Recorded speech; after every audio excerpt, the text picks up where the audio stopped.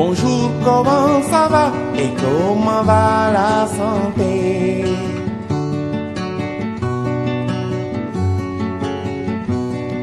Bonjour, comment ça va et comment va la santé?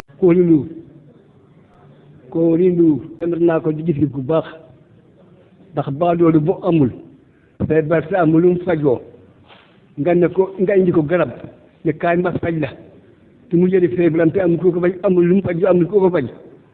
nga indi sa garab ne kaay ma faj la te doo fay jërëm buñ ko mënoon yëpp mel ni noonu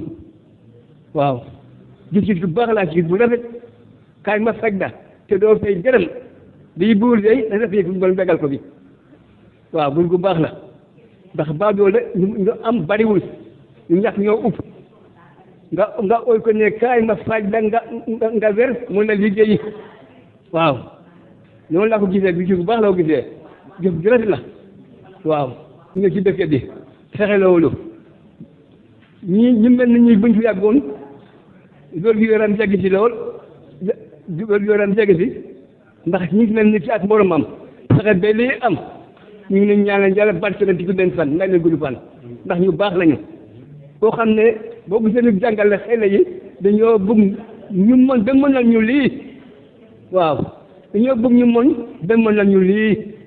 waaw ak lu ko ëpp ndax ku ne mën ngaa liggéey sa liggéey te bi def sa poos ñii mën nañu feeku joxe waa joxe bariwul laa lii daal ëpp la joxe ndax ñëpp la ko lañ ko defal waaw waaw yéen a ngeen jëf. xanaa wér ak wérle rek ngeen dimbale ñu ci tabat suñu yaram yi am gën a am feex ngeen dox nag tànk jàmm la yal na leen yàlla fay ak jàmm moom la xale yi kay ñoo mënoon na ñëw wax seen bés bi kay dara newu ci lu dul jàmm ak salaam ak wér rek yal na ñu yàlla dimbale ñoom ñëpp jobboot bi. mbaa kontaan ngeen ci bés bi. ah kontaan ngeen. kon bu baax kay ñoo gën a kontaan. dañ laa xool rek wala dañ laa xool jox la garab. jox nañ ma garab xool ne pour ma ñëw kaw la. jërëjëf. Voilà, c'est Ousmane Ndiaye, coordonnateur de la section communale Pastef Thiomby, département de Kaolack. Voilà, la journée d'aujourd'hui revêt une importance capitale, autant pour moi. D'autant plus que la commune de Thiomby est l'une des plus vastes du département de Kaolack avec 26 villages carrément enclavés. Il n'y a pas un seul mètre de goudron, si ce n'est la route nationale numéro 1 qui la traverse et la coupe en deux. Donc vous remarquez que l'accès aux soins de santé pose problème, d'autant plus qu'ici on n'a qu'un poste de santé. Donc il y a un problème de niveau du plateau médical. Ce qui justifie,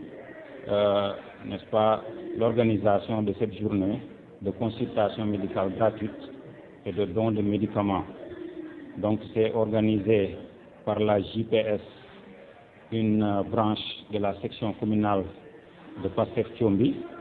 qui s'est mobilisée dans sa totalité pour les y soutenir. Donc c'est ça que revêt l'importance de cette journée. Les populations sont venues massivement répondre à l'appel parce que ici vous le constaterez vous-même. En venant, vous avez constaté que la commune est enclavée. Donc si des médicaments viennent jusqu'à leur portée et que des médecins volontaires viennent les aider à se faire consulter et à recevoir des médicaments, ça ne peut être qu'une aubaine pour la population. C'est la raison pour laquelle elles sont venues en masse. Cette journée, on l'a parrainée à M. Matar Ndao, directeur de l'orientation, de la formation et de l'insertion au niveau de l'ANPEJ. Donc quelqu'un qui est disponible, qui revient toujours aux sources parce que ses origines, c'est ici. Donc il pense toujours à revenir et nous, ça c'est une chose qu'on magnifie parce que c'est pas évident que vous reveniez toujours à vos origines quand vous réussissez. Donc c'est la raison pour laquelle la JPS a jugé nécessaire d'en faire un parrain. Il nous plaira aussi de remercier le DG du COUD, Dr Ndéné Mbodj, qui a mis la main à la pâte pour soutenir cette journée. Donc lui, sa générosité n'est plus à démontrer au niveau du département de Kaolack. man maay Medoune Ndaw yor wàllu communication ci Pastef fii ci commune bi Thiomby. waaw li ñu tax a daje fii tey mooy dafa nekk journée boo xamante ni jeunesse patriotique bu Thiomby ñoo ko wote ànd ci ak coordination bi ak Mojib ak Magi Pastef ñoo ànd taxawal bés bii tey pour lan mooy une consultation gratuite mooy faju te doo fay dara saytu ñi nga xam ne dañu am tawat dëkk ci commune de Thiomby ñu xool seen wér-gu-yaram saytu leen may leen ay garab pour faj mi gën a ñoŋ fii ci commune bu Thiomby loolu moo waral suñu ndaje bi tey. waaw dëkk bi tey bon am nañ satisfaction parce que depuis ce matin ñu ngi ñëw di faju te ci loolu dañuy gërëm suñu équipe médicale bi parce que am nañ fi ñaari docteur ku ci mel ni docteur Ngom ak docteur Samba ak leurs équipes ñu ngi leen di remercier ci seen disponibilité depuis ce matin population bi ñu ngi ñëw mais malgré cela ñu ngi leen di consulter ñu leen di jox ay garab vraiment amagum nañ satisfaction ci lu ñu gis ba suba ba léegi. waaw parrain bi balaa may ñëw ci loolu damay wax rek ne population bi commune de Thiomby dafa nekk population boo xam ne ay milliers de âmes ñoo fi ne dafa yaatu am juróom-benn fukki village ak juróom-benn ak ay dëkk-dëkkaan donc loolu bu ñu ko xoolee ak poste de santé bi fi nekk depuis lors dañuy xam ne paj mi daf fi sooxe trop suñu parents yi dañu bëgg a faju mais duñu mën a déplacer wu amuñu plateau médical bu baax Kaolack nga mën a dem wala Fatick day xaw a sori loolu bokk na ci li ñu motiver tey ñu indi leen docteurs yi fii ci dëkk bi indi fi ay garab yu doy saytu seen wér-gi-yaram faj leen parce que ku xam Pastef Thiomby xam jeunesse patriotique bi nga xam ne tey ki taxu nii mooy coordonnateur bi di baaxum liggéey bu mucc ayib ñu ko fi def pour lan pour lu jëmale population bi kanam ñu leen naatal waaw. léegi parrain bi bon ñu ngi ko parrainé woon Matar Ndaw di koo xamante ni yàgg nañ œuvrer vraiment ci commune bi ba depuis belle lurette daan na fi def ay formation di former ndaw yi ci entrepreneuriat di former jigéen ñi ci entrepreneuriat donc kooku dafa nekk nit koo xam ne bon bi muy œuvrer pour le développement de la commune du tey moo tax tey bi ñu bëggee waa journée bi dem ba ci moom jox mu nangul ñu ko accompagner ñu ci bés bi mais également dañuy remercier les patriotes yëpp parce que ñëpp a ci def seen loxo def ci seen tànk ba journée bi tey mën a taxaw dañu ci remercier également docteur Ndéné Mbodj aussi gis nañu taxawaayam ci bés bi donc ñu ngi sant ñëpp di gërëm ñëpp vraiment le parrain ñu ngi koy sant di ko gërëm parce que gis nañ taxawaayam ci bés bi bañ mën a réaliser lii tey. problème mu paj dafa sooxe ci commune bu Thiomby parce que li fi yeewoo ci nit poste de santé bi mënul leen a contenir plateau médical bi amul matériel yi nga xam ne doy nañu pour faj suñu askan. loolu waral na tey li nga gis ni yëpp ñu taxawal ko ñun patriote yi commune de Thiomby parce que du activité bi rek lañ fi mos di def nañ fi yeneen activité parce que ñun population bi seen bien-être dafa bokk ci li ñu soxal loolu moo ñu tax a dugg sax ci politique.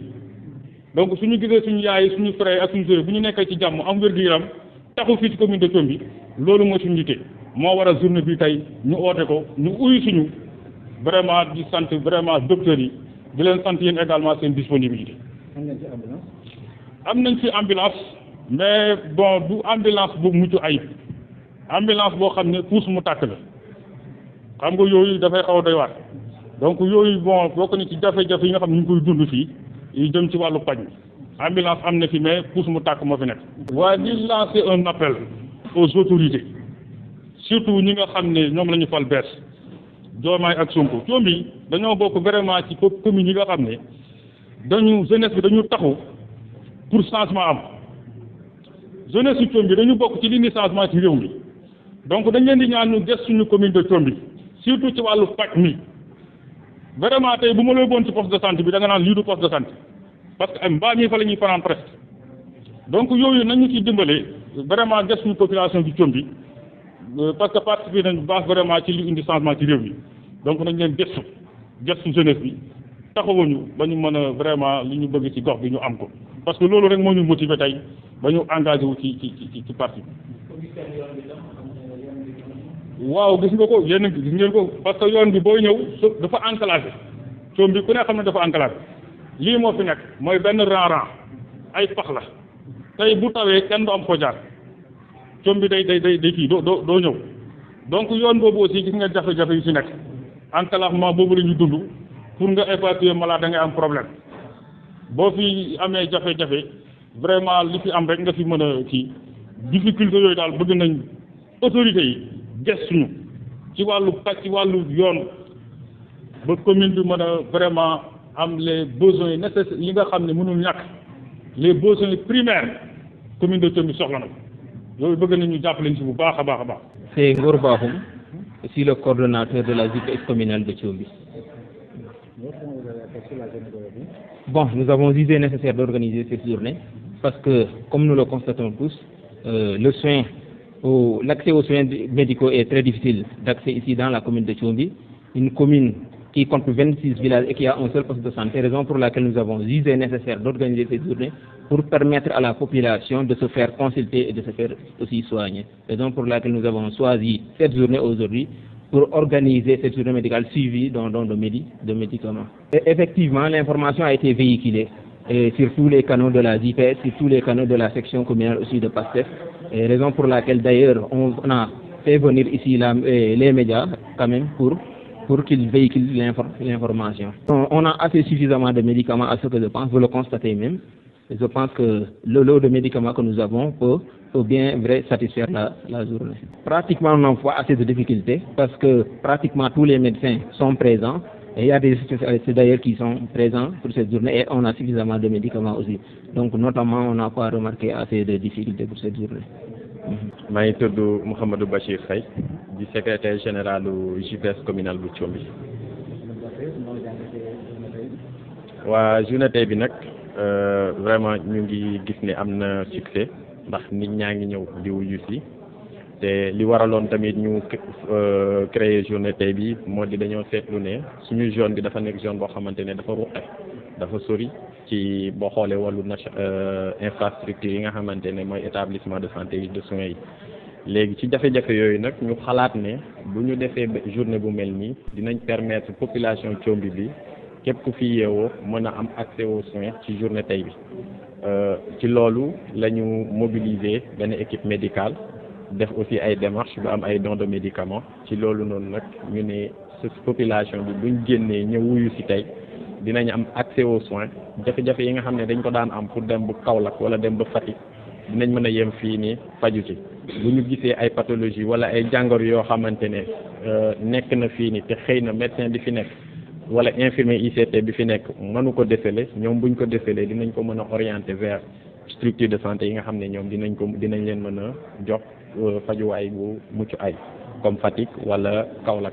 loolu daal moo waral ñu créer journée tey jii nii. def nañ suñ kéem lay kattan nag pour jàllale information bi parce que jaar nañ ci ASC yi jaar ci canaux de communication yi nga xamante ne ñoom ñoo existé ci jamono bi ñu toll nii def ci ay spot publicitaire yëpp def nañ góorgóorlu nañ ci loolu donc information bi jàll na ci dëkk yi yëpp ba démb rek man am na ñu ma dajal ñu may naan seen journée bi dégg naa suba la ñu ne leen waaw kon jàpp nañ ne information bi jàll na donc te boo gisee tamit nit ñi ni ñuy ñëwee di dem ñu leen di consulter ñuy dem au fur du temps da ngay xam ne au moins l'information est passée jàll na daal. garab yi nag moom ñu ngi sant yàlla bu baax am nañ benn loo yoo xamante ne vraiment ñu ngi couvrir journée bi parce que ñi fi jotagum jaar ñëpp ñi ñu consulter ñëpp pathologie ñu consulter yëpp am nañ garab yoo xamante ne ñu ngi fi amagul kenn ku ñibbi te yóbbuwoo garab yi ñu la bindal donc loolu sant yàlla la. yi ngi fi jot a consulter yëpp seen garab a ngi fi waaw fi mu nekk nag dëgg neex yàlla amaguñ benn jafe-jafe muy ci côté organisation muy ci côté accès soins médecins yi ñu ngi en place donc l'équipe est là daal équipe baa ngi fii ñu ngi def liggéey bu mucc ayib et c'est des volontaires parce que fayuñu leen dara ñoom ils se sont engagés ñëw donc nekk di jàpp ci liggéey bi kon ñooñu amuñu seen fay jafe-jafe bi ñu am c'est par rapport ak poste de santé bi fi nekk soins de santé yi nga xamante ne moo nekk dans la zone loolu mooy suñu jafe-jafe principal ba tax ñun ñu jël initiative organiser journée bi parce que comme ni ko samay naataango waxee ñi ci jot a jaar ñëpp boo xoolee zone bi dafa ruqe hôpital bi du spécialité yi fa fi nekk parce que benn ICP moo fi nekk ICP mënul remplacer médecin bien vrai que médecin bu ndaw la mais mënul remplacer spécialité yi nekk ci poste ci district de santé yi mënul faj yenn pathologie yëpp donc moom dafa am foo xamante ne fa la mën a yem donc ci loolu nag ñi fi jot a ñëw ci loolu lañ ñuy dimbali feebar yi nga xam ne ICP bi mënu ko diagnostiquer ñoom ñu diagnostiquer ko garab yi fi nekk ñu jox leen ko ñu fajoo ci gratuitement la amul lenn luñ ciy fay. asalaamaaleykum wa rahmatullah maa ngi tudd docteur Malick Ngom nekk médecin spécialiste en santé au travail ak diabétologue nekk chef de service su médecine bu hôpital régional bu Kaolack en même temps jiite tamit centre de diabétologie centre bi ñuy fajee diabète. waaw jot nañoo gis 79 personnes maanaam juróom-ñaar fukki at ak juróom-ñaar fukki nit ak juróom-ñeent moom la ñu jot a gis ñoom ñëpp tamit ku nekk jox nañ la garab yi nga xam ne moom moo méngoog sa feebar. feebar yi nga xam ne gis nañ ko nag yi ci ëpp yëpp problème mu yax la waaw mooy ñi nga xam ne dañoo am problème mu yax muy problème mu ndiggi wala problème mu oom wala beneen partie ci yaram bi beneen bi mooy problème mu estomac waaw problème gastrique yi mooy c'est vrai que nag ci consultation bi duñ mën a xam ban problème la exactement ndax jumtukaay yi nga xam ne laaj na ko pour ñu mën ko confirmer mën ko firndeel amul mais nag njort nañ ay problème mu estomac yu bëri leneen li ci am solo mooy am na ñetti nit ñoo xam ne am nañ diabète te xamuñu ko woon te tey ci dépistage bi lañ leen ko door a xamal ba yebal leen hôpital ba war leen fa gis suba incha allah kon lu am solo la parce que nekk na ñoo xam ne ñoo doon dox ak seen feebar te xamuñu ko woon duñ ñëwee ci dépistage bi tey lañ diagnostiqué ne dañoo amee diabète muy ñetti nit. c'est vrai que nag affluence bi ni mu waroon demeewu ko te comprendre nañu parce que même en termes de ressources humaines fajkat yi nga xam ne bëggoon nañ ko am yu mënuñu ko am ndax li mu sës ci feetu tabaski bi ba pare tamit tombé waat ak pèlerinage marial de Popenguine bi loolu xam naa ni joué na ci bu baax a baax waaw ba nga xam ne nombre bi nga xam ne xaaroon nañ ko wala waroon nañ ko am amuñu ko mais nag li ci am solo rek mooy ñi fi jot a ñëw faju nañ ci jàmm ba li nga xam ne soxla nañ ko ci garab tamit jox nañ leen ko te fay ñuy dërëm loolu lu am solo la leneen li mooy dépistage bi waaw dépistage bi parce que muy diabète muy hypertension nekk na feebar yoo xam ne ñu bëri ñoo ngi ko am di ko sooxaale te xamuñu ko am na nag li tax nag waxuñu ci hypertension bi mooy souvent ci situation yu mel nii doo mën a confirmer doo mën a wax ne nit ki am na tension buy yéeg da nga ko mën a njortu rek ba bëri na ñoo xam ne njort nañ ne am nañ tension ba yebbal nañ leen ci poste de santé bi ne leen nañ fa fexe dem ñu contrôler waat ba xam ne effectivement ndax tension buy yéeg la tubaab di ko woy hypertension ñu mën ko saytu toppatoo ko parce que dafa nekk ay feebar yoo xam ne nit ki su ko amee rek te toppatoowu ko mën na koo indil ay jafe-jafe yu bëree bëri mais nag su dee nit ki am na ko toppatoo ko ni mu waree teel ko toppatoo soobee yàlla du ci am benn jafe-jafe xanaa di ñaanal rek ñi nga xam ne fajoo nañ fi tey yàlla may leen wér. waaw xanaa di leen féliciter di leen remercier ci initiative yi waaw parce que dafa nekk initiative yoo xam ne jàpp naa ni ñëpp suñ ko defee rek dina tax ba côté wér-gu-yaram population bi dina ci am jàmm parce que am na ñoo xam ne am na yenn feebar yi di ko sooxaale lan moo leen tere dem hôpital peut-être seen moyen def leen ko mayul amuñu xaalis buñ ko yóbbu bu leen yóbbu hôpital mais su nekkee nag ne am nañ occasion yu mel nii ñoom dañ ciy profité ba nga xam ne mën nañ ci faju moo tax dañ leen di ñaax di leen encourager ci yu mel nii ñu koy répéter waaw parce que même am na sax sensibilisation boo xam ne muy conférence boo xam ne war nañ ko ciy def boobu tamit lu am solo la parce que dañuy faral di wax ne su nekkee ne dem nañ fekki nit ñi waxtaan ak ñoom duñ feebar te looloo gënal fajkat bi parce que su ñëpp feebaree ñëw hôpital rek ñun loolu gënaluñu mais dañu gënal mooy prévention bi pouvoir waxtaan ak nit ñi fekk leen ba nga xam ne yenn feebar yi nga xam ne muy diabète muy hypertension ak yeneen feebar yi ban leen sonal. waaw xam naa li tax mooy plusieurs raisons la benn bi mooy ci GPS boobu laa bokk maa ngi bokk ci Moncap santé bu Kaolack waaw boobu ci laa bokk.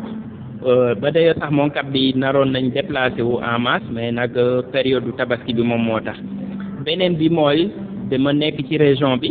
yore centre bi nga xam ne lépp luy jëm ci diabète ci Kaolack ci région Kaolack bi yëpp moom moo koy faj wala sax li ëpp ci zone centre bi moom moo koy faj loolu beneen raison bi la ñetteelu raison bi mooy je suis un fils du terroir maanaam fii laa dëkk maa ngi dëkk fii ni Dioupane nga xam ne Thiomby la bokk waaw activité yu bëri fii la ñu ñëw di ko defee kon sama diwaan laa ñëw jàpp naa ne loolu moom moo tax ba choix bi ñu def ko ci man. ok. salaamaaleykum wa rahmatulah man la honorable Arif Badara Diagne député du département. waaw di ci leen ci sant bu baax a baax di wax rek ne lii lu baax a baax la lu am solo la parce que ñëpp xam nañ ne monde rural bi quelquefois yu mel ni dafay xaw a sooxe parce que aussi nekk famille ba ku xew la rek ñëpp war ci jàpp looloo waral teewaay bi ñu jógee ba Ndiaffate malgré contraintes temps yi ñëw def le maximum pour mu ñëw fi dooleel suñu xarit ki nga xam ne moom it activité bi gis na solo ba def ko mu nekk lu am solo. wax nga wax nga dëgg comme nu mu la ko waxee rek monde rural bi moom wàllum paj xaw na fi sooxe te loolu am na lu bëri luñ ci xam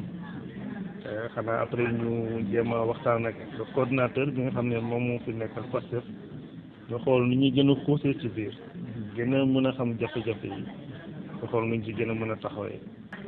dinañ ci def lépp li nga xam ne war na ci rek mën ci ay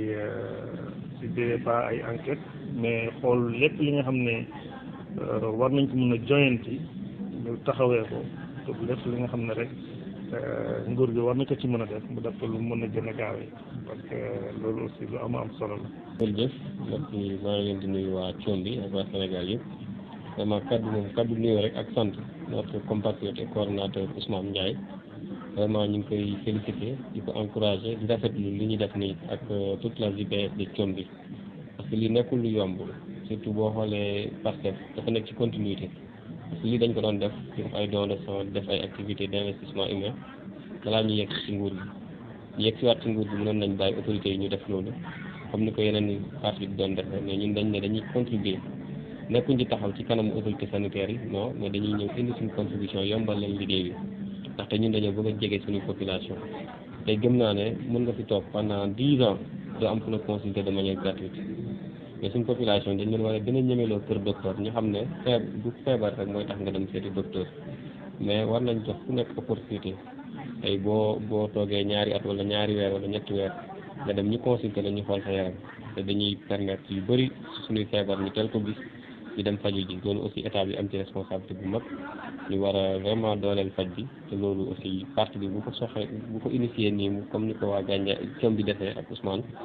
vraiment gëm naa ne suivi bi aussi dina ci am donc ñun suñu mission rek moom mooy gën a jege population yi taxaw leen ci seen i soxla te loolu buñ ko gisee fii tamit vraiment dañ koy rafetlu di féliciter encore une fois Ousmane ak la JPS de Thiomby xeeti ngalam merci.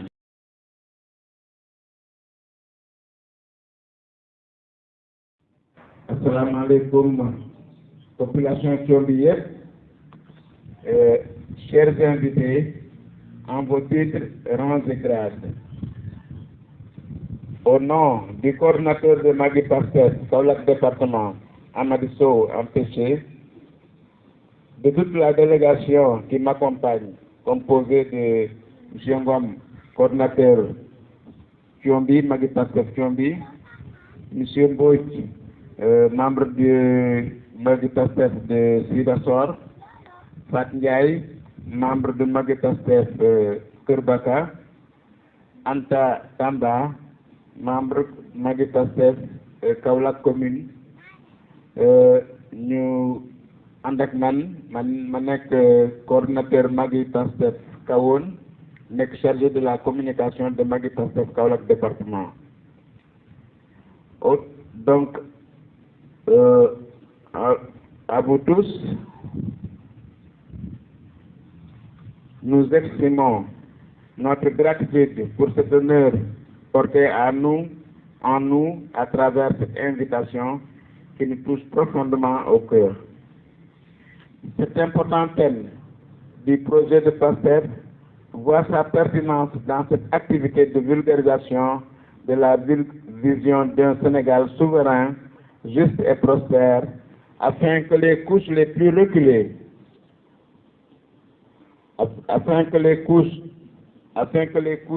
reculées se l'approprient et y adhèrent. La vision Sénégal 2050 vise à améliorer significativement le niveau de vie des citoyens, à réduire la pauvreté et à augmenter le revenu national brut par habitant. Pour ce faire, notre pays devra tripler le revenu annuel par habitant, passant de 930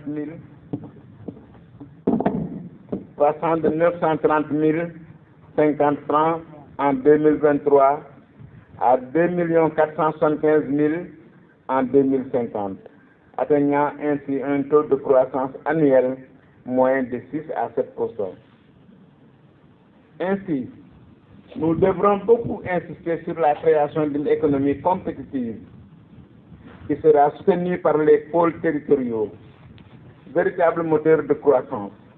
comptant sur nos compétences et ressources disponibles locales. Ces ressources humaines locales, constituées de jeunes, particulièrement ruraux, doivent être fixées grâce à des investissements agricoles modernes afin de créer des emplois et de réduire la migration rurale et clandestine, passant par des programmes de formation professionnelle qui permettra aux jeunes ruraux dotés de compétences nécessaires à trouver un emploi dans ce secteur et d'autres secteurs économiques locaux.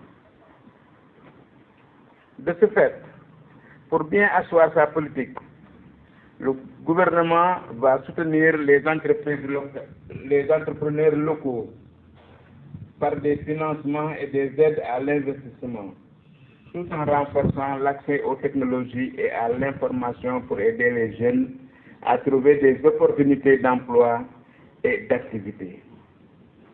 Magui Pastef Kaolack département profite de cette tribune pour remercier vivement nos souteneurs dans ces activités politiques et sociales. Honorable Rokhaya Ndiaye, qui nous a gratifié du premier billet de la Mecque en la personne de Madame Ndoubé Sall, présidente des femmes Magui Pastef de Kaolack, Dr Ndene Mbodj, Dr Jean Biram Ning, Monsieur Fallou Kébé, Monsieur Lamine Diaw, entre autres. Sans transition, je lance un cri de cœur, un plaidoyer en faveur de Magui Pastef Kaolack département, et ce à l'endroit des autorités administratives et politiques présentes ou se faisant représenter. De notre précarité, dépourvue de moyens financiers et logistiques, afin d'être opérationnel sur le champ de la massification en faveur du triomphe du projet. Que je vous souhaite la bienvenue à ce panel dédié à l'employabilité des jeunes dans le monde rural, inscrit dans la dynamique de l'agenda national de transformation Sénégal Horizon 2050. Nous le savons tous, l'avenir du Sénégal se joue en grande partie dans ces territoires ruraux, là où vit une jeunesse courageuse, débrouillarde, mais encore trop souvent tenue à l'écart des politiques de développement intégrées et durables. Parler d'horizon 2050, ce n'est pas rêver en l'air, c'est penser aujourd'hui ce que nous voulons devenir demain. Et ce devenir passe nécessairement par l'insertion économique, sociale et culturelle des jeunes qui sont non seulement des bénéficiaires du changement, mais des acteurs du renouveau territorial. Ce panel a pour ambition de poser les bonnes questions. Comment créer des opportunités viables dans l'agriculture, l'artisanat, le numérique rural? Quels partenariats mobiliser pour soutenir l'entrepreneuriat des jeunes sans reproduire les logiques d'assistanat? Et surtout, comment remplacer les jeunes au cours des stratégies publiques, non pour comme objet de discours, mais comme sujet de transformation. Nous devons bâtir un pacte intergénérationnel, territorial et visionnaire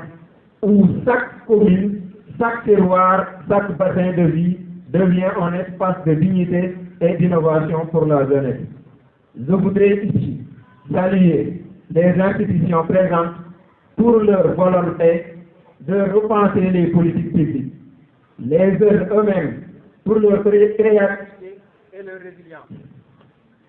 et tous les acteurs communautaires, éducatifs et techniques qui œuvrent silencieusement à ce changement. Je terminerai par une conviction. Le développement du Sénégal ne se fera pas contre ces villages, mais avec eux, et il ne se fera pas sans ces jeunes, mais par et pour eux. Merci à vous tous pour votre présence, votre attention et votre engagement. Que les changements de ce panel soient féconds, courageux et surtout tournés vers l'action. Je vous remercie. Bonsoir à tous. Salam alaikum wa population de la commune de Thiomby. Donc on m'a donné la parole au nom du mouvement des enseignants patriotes de la commune de Thiomby, mais aussi du département de Kaolack. Donc je ne vais pas aller loin, ce sera juste donc des mots de remerciement.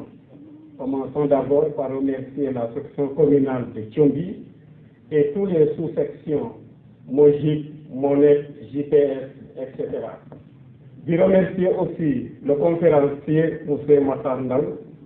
un DG très responsable, vraiment très disponible aussi, qui va nous parler donc de l'agenda 2050, c'est-à-dire nit ku nekk yaa xam góor nga yaa xam jigéen nga yaa xam xale nga yaa xam mag nga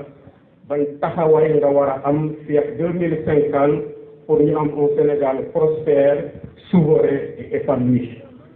Nekk patriote nekkul tout simplement ne bokk ci Pastef wala ànd ak Ousmane Sonko wala Bassirou Diomaye Diakhar non loolu kese du patriotisme.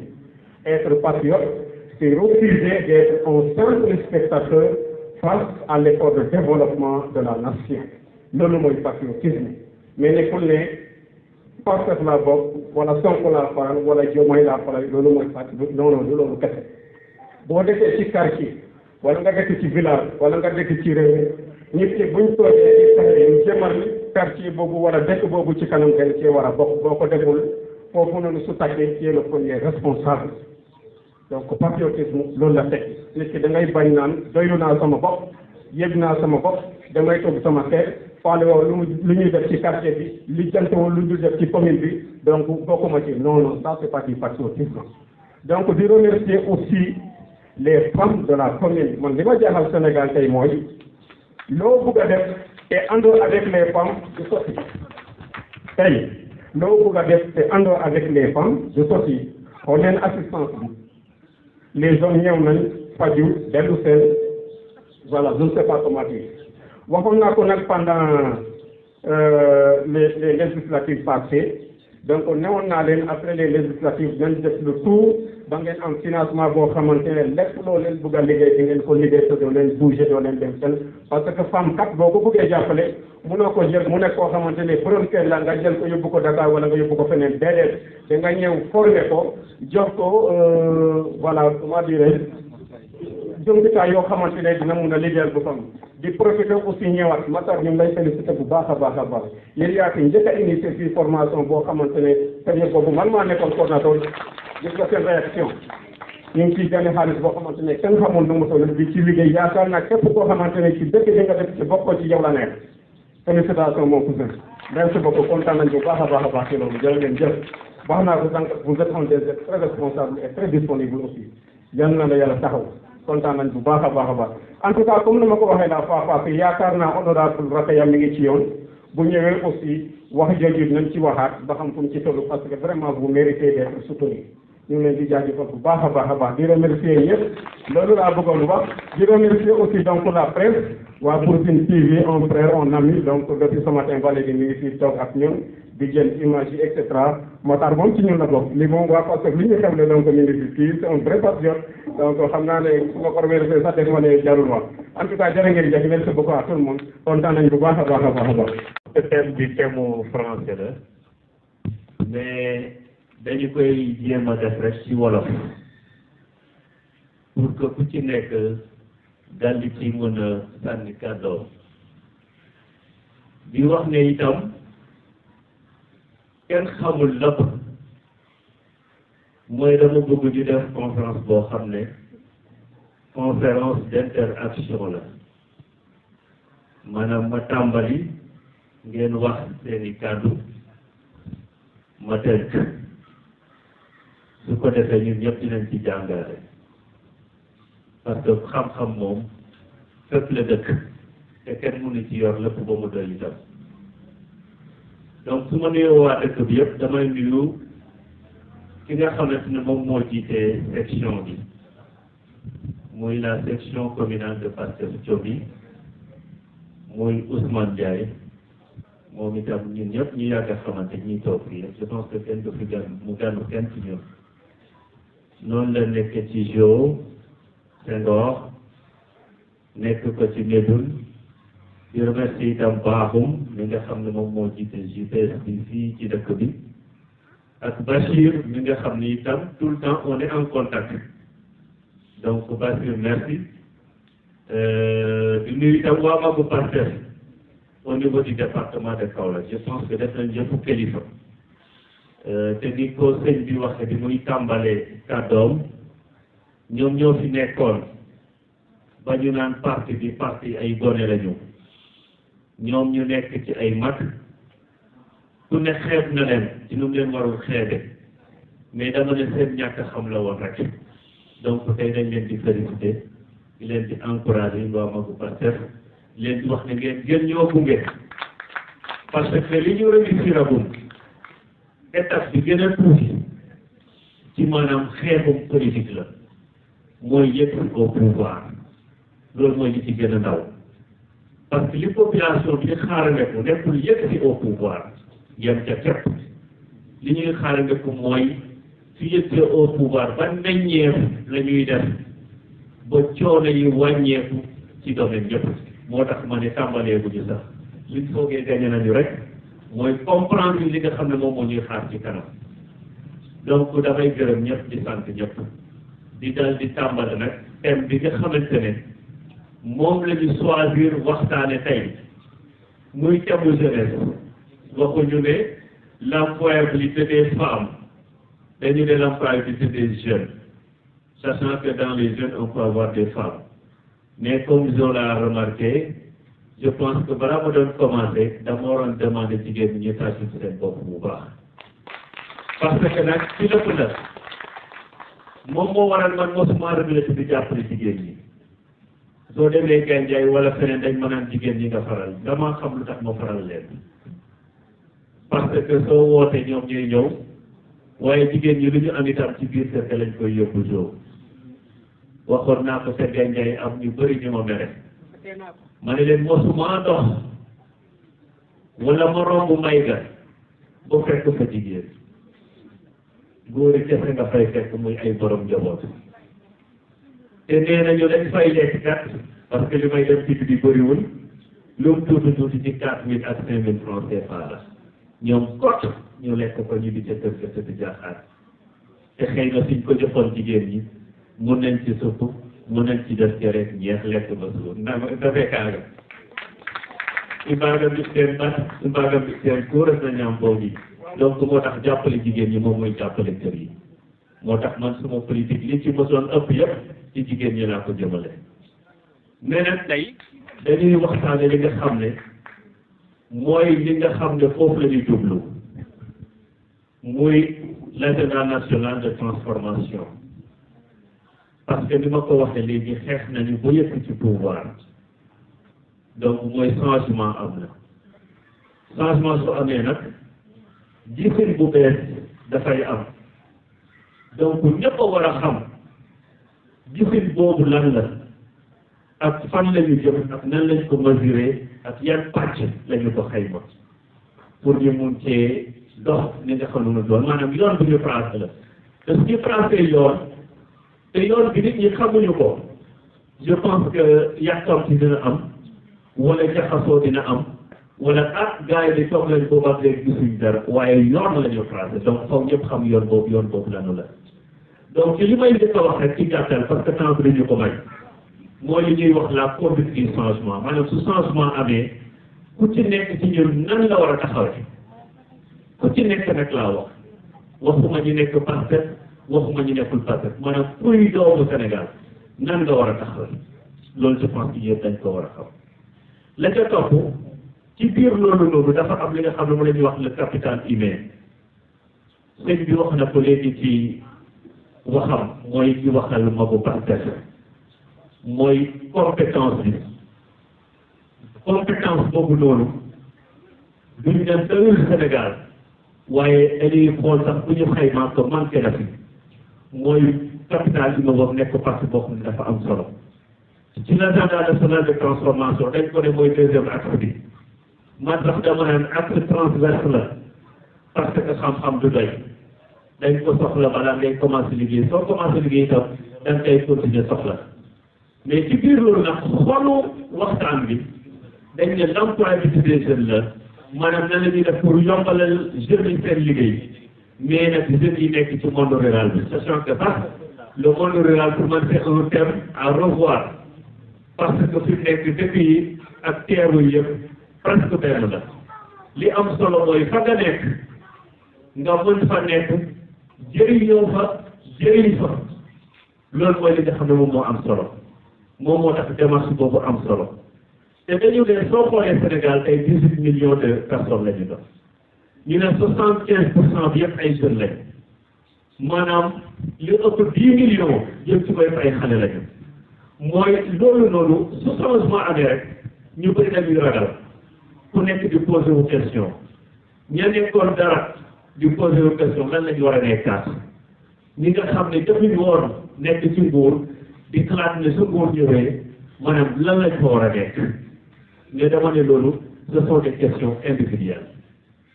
alors que quand il y a un changement nous devons nous poser des questions collectives c'est-à-dire que doivent devenir notre communauté donc ci loolu noonu lay tàmbalee waxtaan boobu noonu te wax ne li nga xam ne moom la ñu soxla def ci monde rural bi je pense que damay dem directement ci loolu rek parce que moom mooy solo si wax mooy su ngeen xoolee bi ñu placé l'agenda national de transformation dañ ko dagg en 4 axes dafa am axe boo xamante ne dafay wax ci gouvernance bi maanaam lan la ñuy tabaxee structure yi nan la ñuy tabaxee de telle sorte que gouvernement bi au niveau là-haut mooy top management bi ak gouvernement local bi nga xam ne mooy mairie yi collectivité locale yi nan la ñu war a jàppalante ba liggéey loolu dafa laaj ci transformation bu xóot parce que souvent dafay am décalage bu yaatu leneen la ca topp ñu ne capital humain bi nan la ñuy def boo dollil xale yi maanaam xam-xam waaye itam mag ñi itam je pense soxla nañu xam-xam suñ jëlee tey jigéen ñi ñu ngi ci entrepreneuriat jigéen ñi fay entreprendre soo demee ci bopp koñ bi menuisier bi mu nga fa mécanicien bi mu nga fa ñoom ñëpp dañuy entreprendre le caméraman tout le monde sont des entrepreneurs donc war la ñoo xam lan mooy l'entrepreneuriat te suñ ne entrepreneuriat nekkul rek nga nekk ci mais dafa am léegi la ci dugg ci biir mooy ni nga koy defee waaye itam nan nga koy téye de telle sorte que maanaam doo gaaw a daanu soo xoolee li ñu gën a sonal mooy jaawale sa poos ak poosu entreprise bi nga xamante moom ngay jiite dem ba sax koppum kees mën na ci am waaye soo su ko ci GIE yi itam dañuy soxla itam ñu jàngal leen nan la ñuy téye GIE waaye xaalis bi ñuy am itam nan lañ koy téye nan lañ koy fortifier loolu la ñuy wax l'éducation financière loolu yëpp nekk loo xamante ne maanaam dañ koy jàngale te itam li ma ciy doole rek mbirum gouvernement mbirum ñëpp la mbirum citoyen sénégalais la du mbirum parti politique maanaam ñëpp a ci xecc damay wax faral di wax ne li nga xam ne dañ cee bokk soo ko jëliwul yow yaa ko xecc sa bopp moo tax tey muy góor muy jigéen muy mag muy ndaw li nga xamante ne éducation financière ci groupement de femmes yi yëpp dañ leen ko war a jàngal dégg naa zo di wax léegi financement waaye man ci samay kàddu dama naan financement moo mujj gis nañ fu ñu jeexal financement yëpp amul njëriñ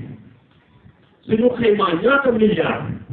la DER dugal fii ci Sénégal balaa ñun ñëw pouvoir kenn du ko gëm suñu xoolee institut finance ñaata milliards la ñu dugal kenn du ko gëm waaye kenn xamul fan la jaar dafa nax saay parce que la njëkk muy formation jàngal leen nan la ñuy téye xaalis moom la ñu def moo tax ñun dañu moytu loolu bala ngay jox soo xaalis da nga koy jàngal nan lay téye xaalis jàngal ko itam suñ ko joxee xaalis boobu ban secteur d'activité la ko war a dugal mu dal di meññi pour jur la nga xam ne la ñuy wax économie moo waral gouvernement bi ba mu tegee l'agenda national de transformation ba pare dafa def li ñuy wax la cartographie des activités par région donc su ñu yotee ci région Kaolack identifié nañ loo xam ne suñ ko defee dina dox fii ci suñu gox ñu ci bëri nag dañuy tàmbale rek yemale ci agriculture ak pêche ak élevage parce que nag loolu mooy nekk ci cosaan yi nga xamante ne moom la ñu xamee dëgg la waaye loolu itam je pense que mënuñu continuer di ko defee nañ ko waroon nañ ko doon defee tey mënuñoo béy ay hectares ak ay ngoosu wala ñu béy hectare ak ay gox donc il faudra que ñu moderniser li nga xam ne moom mooy l'agriculture dem dans l'agriculture numérique waaye itam suñu l'agriculture numérique je pense que loolu la ñu mën a defee aussi avec l'élevage comme aussi li nga xamante ne aussi mooy tout ce qui est pastoral loolu Kaolack nag su ma nee Kaolack mooy tout le département de Kaolack kon sax ma ne Sine Saloum li ñu am te bàyyi ko mooy mbéy soo jëlee jamono yu yàgg ya ci biir kër gi sax dañ doon béy bisaab léegi ku béyee bisaab ci biir kër wala nga béy mboq ci biir kër ñu daal di la tuuti donc complexe boobu noonu je pense que dañ ko war a jiitu te su ngeen gënee seetlu fi ñu toll nii bu njëkk ba ñi jàngoor wala ñi nekkoon Kaar ñoo doon taw mbéy mi dem tëdd Dakar su nawet bi su nawet tawee ñu tëdd Dakar naan nga indi examen que ci sa nga andi ngar yu war a xoox a ngar a xoox yi léegi nag jamono daa mel ni dafa soppeeku tey les plus grands entrepreneurs ñi investir dans l'agriculture di béy ci agriculture yi mooy les Kaar ñoom ñooy dawal fi nekk tool yi di wuti ay tool mbéy mooy soppeeku am na mooy xam nañu ne la ñu doon dundal moom la ñu bàyyi mënuñoo bëgg a am autosuffisance alimentaire mënuñoo bëgg a dund ba pare dañuy daw béy loolu mënuwul waaye nag comme ni ma ko waxee changé xëy na nañ ko doon defee gën ko yombal je pense que noonu foofu la ñu war a jublu mooy su doucement jotee ñu tuuse nit ñi à temps engrais bi ñëpp gis nañ ne gouvernement de l'Union commencé na di développer l'engrais de phosphate pour mu doy je pense que loolu itam dinañu ko yombal la ca topp nag je pense que c'est la volonté parce que dama naan soo amee xam-xam am xaalis te amoo volonté def itam je pense que kenn mënu laa jàppale te volonté nag kenn mënu ko force nit ki ci boppam moom moo koy tabaxal boppam te loolu yëpp dafa bokk ci li nga xamante ne ñun mooy suñu mission la ca njëkk mooy dal di accueillir nit ñi toog ak ñoom waxtaan ak ñoom te je pense que loolu defal ko ci bureau yi du doy nous sommes obligés ci suñu devoir la loolu tax ñu ñuy tey moo tax bu ñu kenn jërëjëfal kuy xaar ñu jërëjëfal la rek je pense que xamuloo li tax nga nekk ci nguur yow yaa xëcc ñëw ci nguur mais pas pour nguuru parce que soo nguuroo rek doo jëriñ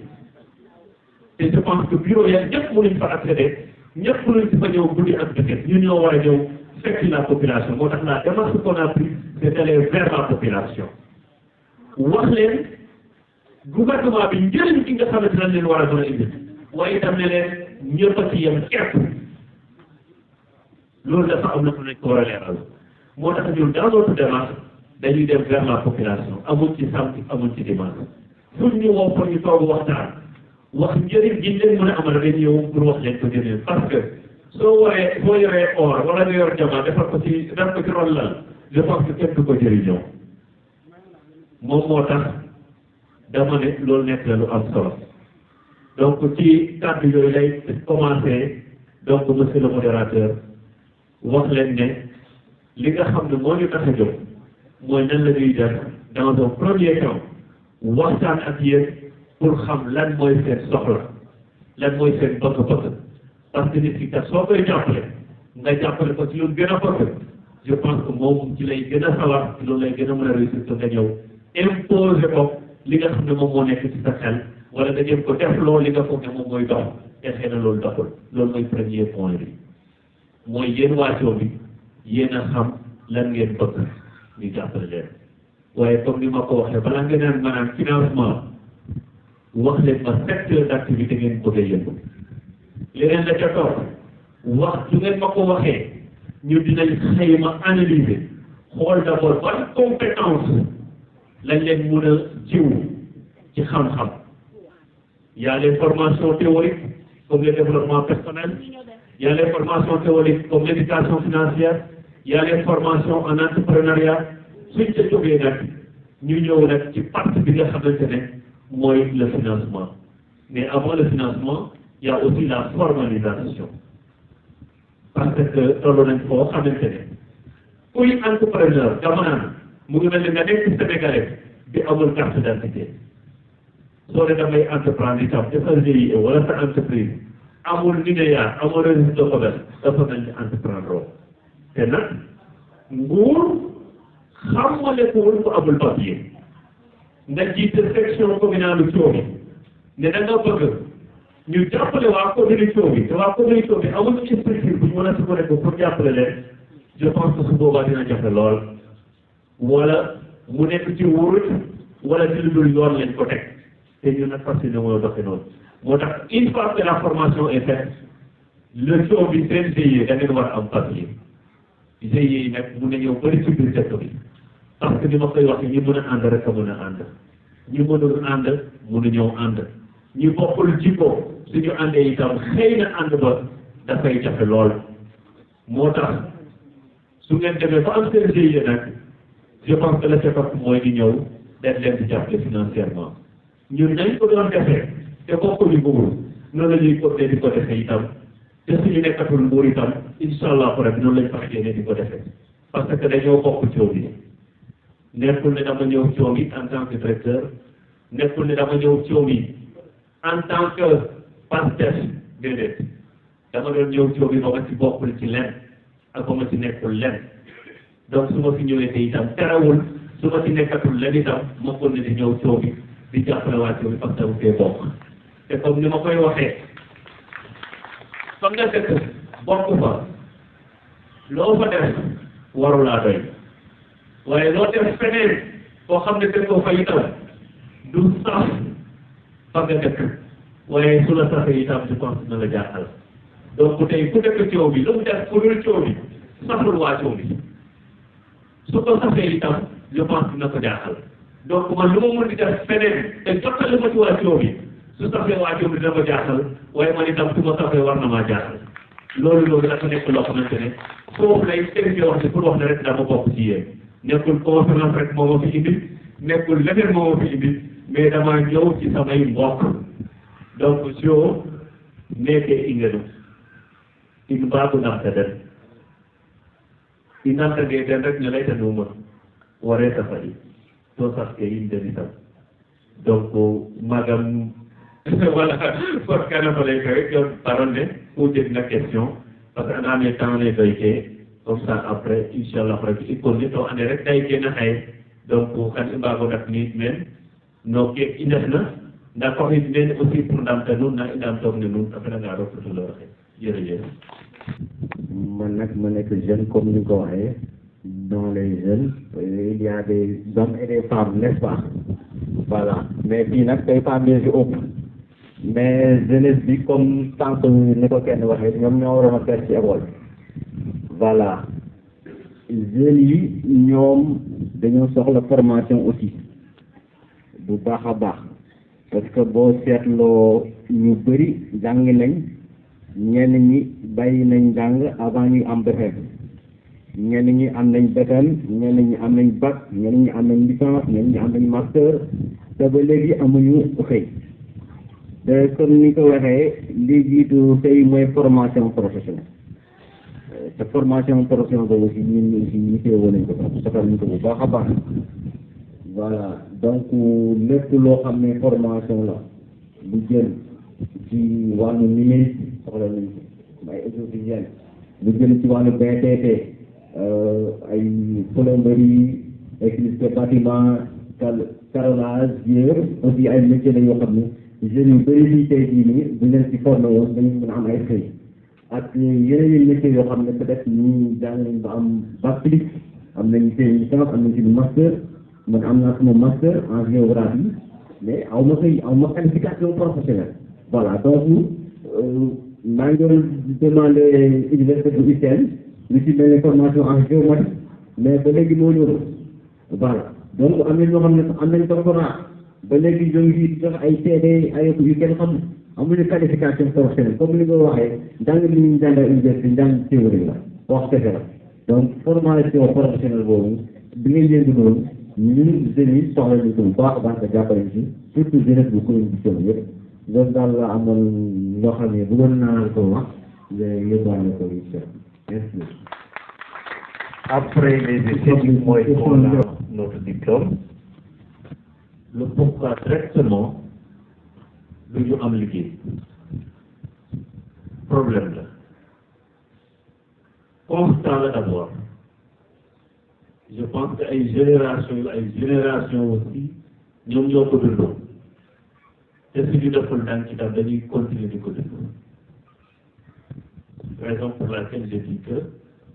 c'est le plus grand problème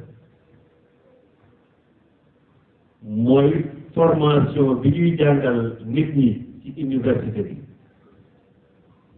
ndax dañ ko war a réformer wala ndax ko war a adapter wala lan lañ war a def ndax dañu war a multiplier les écoles de formation technique parce que c'est des métiers techniques moom la laal. Je dis que ça existe bel et bien, mon frère pas. Il y a les écoles de formation technique, bien pour nous.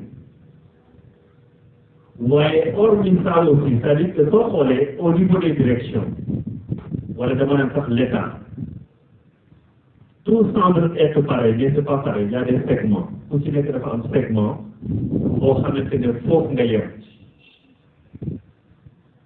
Et, il y a des 3 STP,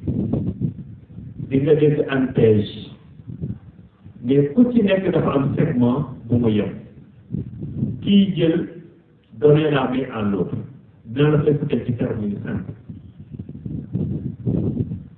ANPEJ ay formation courte durée lay def suñ ne courte durée maanaam du ëpp 6 mois c'est de 1 à 6 mois 3 STP nag moom formation à longue durée yi lay def mais dafay financer formé wul maanaam ay bourse de financement lay joxe soo xoolee c'est la différence entre ces deux là mais au niveau maintenant de ANPEJ dont mën naa ci wax parce que maa ngi ci biir c'est la direction qui le fait man maa ko yor du début jusqu'à la fin. Donc, je peux me permettre, moi, ce segment boobu noonu dañuy def toutes les formations métiers su ma ne formation métier mooy métier yi am Sénégal yëpp muy maçon mécanicien soudeur BTP tout ce que ça veut dire loolu muy dox ci kon bi rek mu am mbaar dañuy former ci domaine yooyu tailleur et cetera coiffure cordonnerie on forme dans tout ça. C'est ce qu'on appelle chez nous les formations techniques. Comme je dis tantôt, il y a des formations théoriques, comme le développement personnel, l'éducation financière, conscience de soi, l'entrepreneuriat, l'OLEP, c'est de la théorie. Mais il y a des formations techniques. Même que accélérer, moins question. Chaque année, ce qu'on fait, c'est-à-dire qu'au niveau des 46 départements, il y a des antennes. Ce qui est un peu dommage parce que les antennes se trouvent dans les villes, dans les communes départementales. Ñun kaw la ko nekk donc li dëkk ci naan xëy na sax xamul fu mu nekk boo koy yéeg problème la n'est-ce pas waxtuma la kese ko feneen ak feneen ñi dëkk biir Kaolack sax xëy na dañu xam fu mu nekk ba di fa yéeg soo amul communication bi nga xam ne moom la war a am donc ce qu'on fait chaque année nos chefs d'antenne ñoom ñooy relever les besoins maanaam des jeunes suñ ko relever ñun on fait un planning après maintenant pour def ko c'est des formations gratuites mais tout ça ça existe hormis ça le numérique par exemple kooku du nga def formation technique la ni théorique mais c'est semi-technique dans le sens il y a une partie théorique et une partie boo xam ne dañuy appliquer ça on n'a pas besoin d'un programme c'est ici qui s'organise avec 25 jeunes minimum 25 maximum 50 qui vont faire la demande on te le programme loolu du question bu ñuy xam théorie wala di leen jéem c'est pareil pour les panneaux solaires je pense que tey mënuñu mu am le tool di solaire di jooy courant au niveau de l'ANPEJ day des formations sur des panneaux solaires par exemple dama joxe exemple yi rek parce que je suis dans le monde rural donc tout ça ça existe donc pour vous dire que vraiment si le besoin est exprimé mu nekk loo xam ne c'est dans l'ANPEJ ñun loolu dinañ leen ci répondre sans benn délai plan STT nag bëriwul généralement ay 2000 3000 postes lay nekk dañ koy lancer pour tout le Sénégal gis ngeen daaw li mu fi xëyee am na ñu doon yéeg miir ñi yeewu 5 heures 4 heures du matin di rendre jëmale bor bu set parce que bëriwul moo tax pour man les formations sont là théorique technique service de l'État là c'est gratuit il suffit de vous organiser de faire la demande je pense que vous aurez la réponse au pare on va envoyer des gens pour le faire ñun en tout cas c'est cette méthode qu'on a pris ñun ñooy fekk nit ñi soo amee salle de classe sax ñu ñëw former leen sa biir salle de classe mooy tax na même pas besoin nga ne da nga indi les salles di ci fay ay 2000 francs ou pas donc c'est à la jeunesse de s'organiser et de venir le prendre et on a un programme au niveau du département de Kaolack je pense que à date on a déjà fait les 5 communes donc de l'arrondissement de Boaty et récemment j'ai discuté avec un autre DG donc qui est de Kaolack aussi avec qui on est en train de faire un programme boo xam ne un programme départemental boo xam ne moom moo ko bëgg a financer en collaboration avec l'ANPEJ je peux me permettre ma wax tur bi mais dama koy laaj ne nag bokkul ci kees yi ñu ci lim fii est-ce que moom ci biir département bi ak ñun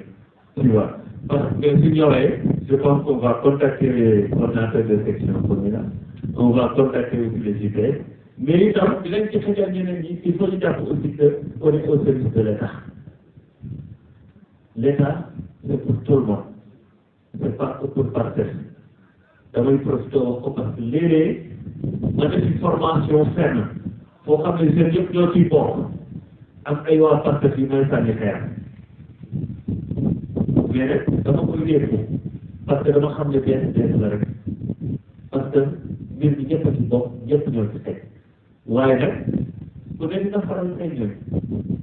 mais faral bi nag war nañ ko mën a marqué dama ko sañ a wax parce que dama jàpp ne fii ñun ñoo fi nekk ci suñu biir moo tax il faut ñu xëjal ñeneen ñi te je pense que ñoo bëgg a yàgg ci nguur suñ bëggee yàgg ci nguur je pense que mënul nekk ñun jàpp tam la def il faut ñu xëjal ñi ci bokk lool te peut-être ça les intéresse pas peut-être ils ne sont même pas des politiques dañuy ñëw rek renforcer moo tax ce programme là on va le faire au niveau du département de Kaolack et dans chaque commune mooy les 14 communes ensuite dañuy continuer def ko aussi dans les 46 départements du Sénégal hormis l'ANPEJ loolu benn nit moo ko fas yéene financer boppam pour jàppale les jeunes on a aussi d'autres projets am nañ projet bi ñuy wax le projet TNT projet boobu noonu comme je l'ai dit il y a 2 formes de financement en nature comme en minéral mais ça finance en nature cette année-ci on a choisi Kaolack et Kaffrine plus Kafountine 100 millions la boo xamante ne dañuy fekk des jeunes entrepreneurs yoo xam ne ils ont commencé une activité wala ils ont un début de démarrage d'une activité ñoom ñooy wax seen besoin maanaam le forgeron du quartier dina wax ñu soxla ci matériel ñu matériel boobu la ñu koy jox d'ailleurs c'est pareil pour cette compagnie là et il y a d'autres projets aussi vraiment il y a PNPS, il y a PTS, on a 1000 projets pour les jeunes. Mais effectivement, comme je dis, moi, les jeunes ne savent pas c'est quoi, là, moi, les opportunités que l'État détient, mais nous, nous avons la jeunesse aussi peut être notre relais. C'est ce qu'on avait demandé même de faire au départ. C'était de rencontrer les JPS au niveau national, notre souf, pour que nous ñu xam ñun lan lañ yor pour ñoom ñu mën ko jëriñoo waaye aussi mën ko jottali fi ñu ko war a jottali. Donc vous pouvez toujours être notre relais. ñun yéen a tax ñuy liggéey donc yéen la mën a liggéeyal loolu aussi il faut toujours ñu ko ci boole ci ko sóoraale. Hormis ça, ce que je voudrais ajouter donc au monsieur Pape qui a posé la question. L'autre, c'est des formations de façon organisée, comme je l'ai dit. Mais on a aussi des centres de compétences avec des centres d'incubation. Centres de compétences, comme il a dit, c'est comme les jeunes diplômés. Ils ont besoin de renforcer les en compétences. Et les faire séjourner-là, on en a dans l'agriculture, à une maçon, tôlerie, coiffure, on en a dans tous ces métiers-là. Il y a aussi ce qu'on appelle les centres d'incubation. Moi, tous les jeunes qui peut-être qu'ils n'ont pas eu la chance de garder et maintenant les métiers du quartier. À Kawak, il y en a, à ma grande surprise. Mais c'est dans le domaine du bois. Et il y a des machines pour faire du bois, lisser, pour faire une armoire globale et gratuitement, d'une valeur de 2 milliards. Mais à ma grande surprise, biñ demee pour visiter ci ko machine ya kenn mosu ko taal te mu ngi fii kaw la la et ça appartient à la jeunesse. C'est pareil en Sédhiou, c'est pareil Ziguinchor, c'est pareil Vélingara. Je peux dire que zone Koutiépié on l'a fait. Il y a dans l'hiver benn buy fonctionner pour dire tout ce qui est transformation laitière. Donc pour vous dire que on a hérité d'un département boo xamante ne c'est énorme. Mais liggéey bi ci war a def moo jafe mooy il faut ñu def déjà def maintenance xool ndax dox na doxul bu pare doo ko mën a former les jeunes. Donc vous voyez ce que ça lu mu demande ci temps moo tax la jeunesse doit être patient. Mais patience bi aussi war nañ ko mën a combler avec un parallélisme d'action. Mooy les formations qui sont disponibles. Organisez wu leen ñu ñëw jàppale leen ci. Parce que moom moo njëkk moo tax ma ne employabilité moo tax j'ai fui le terme de je le dis mënoon naa wax emploi des jeunes mais waxuma emploi des jeunes je reviens sur ces deux termes je dis l'employabilité des jeunes c'est pas l'emploi des jeunes su doon l'emploi lay wax damay ñëw rek ma ne leen liggéeyal mais dama ne l'employabilité des jeunes comment faire pour que les jeunes soient employables. C'est le capital, le renforcement des capacités, la formation, mais dafa am loo ci xam ne aussi dafa am solo muy le développement personnel. On ne peut pas être employé sans le développement personnel. Mënoo nekk entrepreneur, mënoo sax politique, un vrai leader politique. te yow le développement personnel jàngaloo ko wala ñu jàngal la. Moo tax man si j'aurais à faire un programme pour les jeunes de mon département, c'est bien de vous parler de l'entrepreneuriat, vite fait pour bien am liggéey, technique de recherche d'emploi, parce qu'il y a l'emploi salarié, ou l'entrepreneuriat pour ceux qui veulent faire l'auto-emploi. Mais forcément, il faut le développement personnel. Parce que depuis qu'on doit commencer, doo yëkkali. Parce qu'il y a beaucoup de parasites. Je pense que kuy partenaire xam na ne am na développement personnel déjà parce que ki la gën a jëmee moo lay gën a jéem a découragé loo. Vous avez tous tenu tête pour rester dans le parti. C'est parce que donc il y a cette graine-là du développement personnel. Mais ça ne suffira jamais pour vous donner des techniques de défense. Mais aussi pour faire identifier ce que vous pouvez contrôler et ce que vous ne pouvez pas contrôler. Waxu gars yi kenn mënu ko contrôler. Lan nga mën a contrôler suñ ko waxee ba pare nan ngay réagir par rapport à loolu noonu. Mais li nga mën a contrôler mooy li nekk ci yow ak li ngay def ak li ngay wax. C'est très important. Moo tax à la jeunesse, moi je vous recommanderais vous tous de faire le développement personnel avant même de se prétendre à dire que je veux de l'emploi salarié wala je veux entreprendre. Mais nag du ma taw yéen noonu la ko mag gi soxla noonu lañ ko soxla ñu aussi continuer donc en résumé monsieur Pape il y a les formations techniques qui sont disponibles mais à courte durée donc au sein de l'ANPEJ et je pense que c'est un mot donné c'est un mot ma direction war leen ko mën a soxla je pense que c'est organisé mu jafe c'est pareil noonu la guichet de formalisation am na dans la direction donc war leen a mën a soxla ni yaa wala registre de commerce aussi mu jafe leen en toute réalité donc voilà ce que je voulais dire par rapport à cette question-là. ay faj ay ñuy fajaate yàlla def itam ñu dëkk ci commune Thiomby loolu ndam la mbégte la mooy wane ko Thiomby manqué wul dara ay doomam mënal nañ seeni bopp indil leen ay médicaments di leen ko jox te du ngeen fay dërëm ni ko Ousmane waxe